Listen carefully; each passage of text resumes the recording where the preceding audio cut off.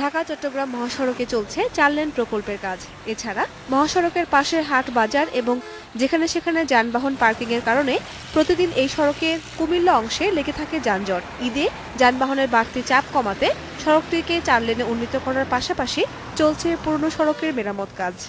ঈদের আগে যেই সমস্ত বাইপাসগুলি আছে এর জন্য ঈদের আগে খুলে দেওয়া যায়, নাহলে জাম ধরে রাস্তা পুরো বন্ধ হয়ে যাবে। রাস্তার কন্ডিশন হলো যে এখান থেকে চট্টগ্রাম থেকে টান দিলে ঢাকা পর্যন্ত কিছু কিছু জায়গা ছিল ভাঙা, আবার ওয়ান বাই রোড ছিল। এখন ওয়ান বাই রোড গুলো সব বন্ধ, সাইডে এক রাস্তা দিয়ে আসতে হয়। ভাঙা চোরা আছে, সেটাও যদি মেরামত করে দেয় কর্তৃপক্ষ তাহলে আরো সহজ হবে চলাচল করতে। মহাসড়কের এই অংশ থেকে বাইপাস হয়ে নোয়াখালী, লক্ষ্মীপুর, চাঁদপুর এবং চট্টগ্রাম থেকে সিলেট চলাচল করে যানবাহন।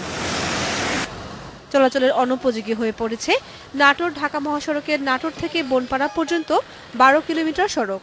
গুরুত্বপূর্ণ এই সড়কে অসংখ্য জায়গায় তৈরি হয়েছে ছোট বড় খানাখন্দ।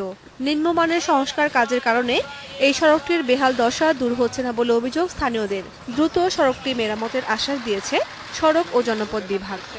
রাস্তাঘাটগুলো মাঝে মাঝে রিপেয়ার করে, আবার পরবর্তীতে দেখা যায় কিছুদিন গেলে এই রাস্তাঘাটগুলো যে সাবেক যেরকম বেহাল অবস্থায় ছিল ওই সাবেক অবস্থায় ফিরে আসে। আমার গাড়িটা ক্লিয়ার রাখি, কাজ কাম করা, কিন্তু আপনারা রোড ভাঙ্গা, আপনার রাস্তাঘাট ভাঙ্গা। 2 দিন যদি রৌদ্র হয় তাহলে বিটুমিনের কাজ করে রাস্তাটা মোটামুটি আবার ভালো অবস্থায় ফিরে পাবো। আর নাটোর সড়ক বিভাগের মহাসড়কের অন্যান্য মহাসড়কগুলো মোটামুটি ভালো আছে। ঈদে ঘরে ফেরা মানুষের দুর্ভোগ কমাতে সিরাজগঞ্জের মহাসড়কের 40 কিলোমিটার এলাকায় চলছে মেরামতের কাজ। দুর্ঘটনা এড়াতে মুলিবাড়ি, কড্ডার মোড়, নলকা মোড় এবং বানিয়াগাতিতে নির্মাণ হচ্ছে TRC barrier divider. Independent news.